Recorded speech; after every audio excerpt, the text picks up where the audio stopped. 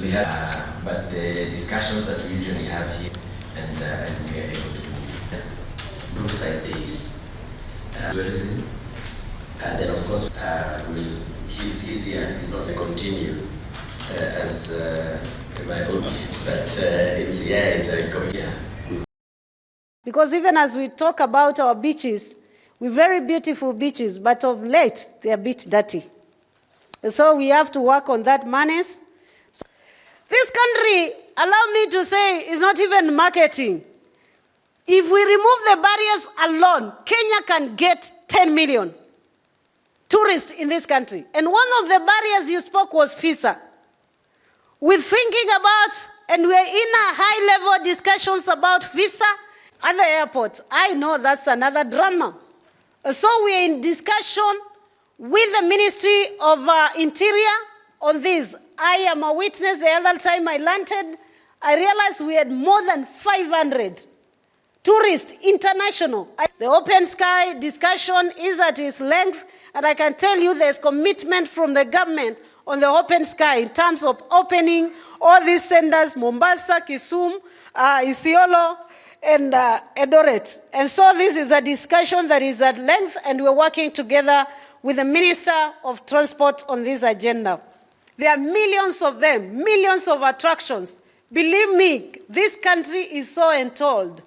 From the landscapes, to the sea, to the sand, to the lakes, to the waterfalls, to the mountains, to the rocks, and so many other wonders in this country. And so there's a lot to showcase about the destination Kenya. We are in a world that is changing, and we're receiving more of an independent traveler who is a young billionaire traveler, and whose expectation in terms of experience and satisfaction is a bit different from that budget person and that luxurious person who is coming. And so we need to diversify ourselves in terms of creating spaces for all these categories. If we look at the demographics, 65% of the people who will be traveling is that person aged between 18 and 35. But of course, we cannot ignore the 35. Because in a globe of 6 billion and probably now going to 7 billion, that 35 alone, if we get that, I think we'll be above every other country around.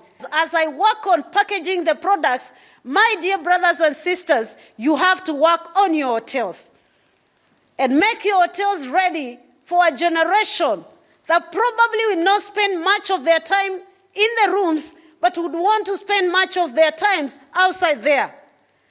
And that means extending your product diversification to the sea and working with the authorities to see how we can do the water sports so that we can have more crew that can have few hours, still pay the same,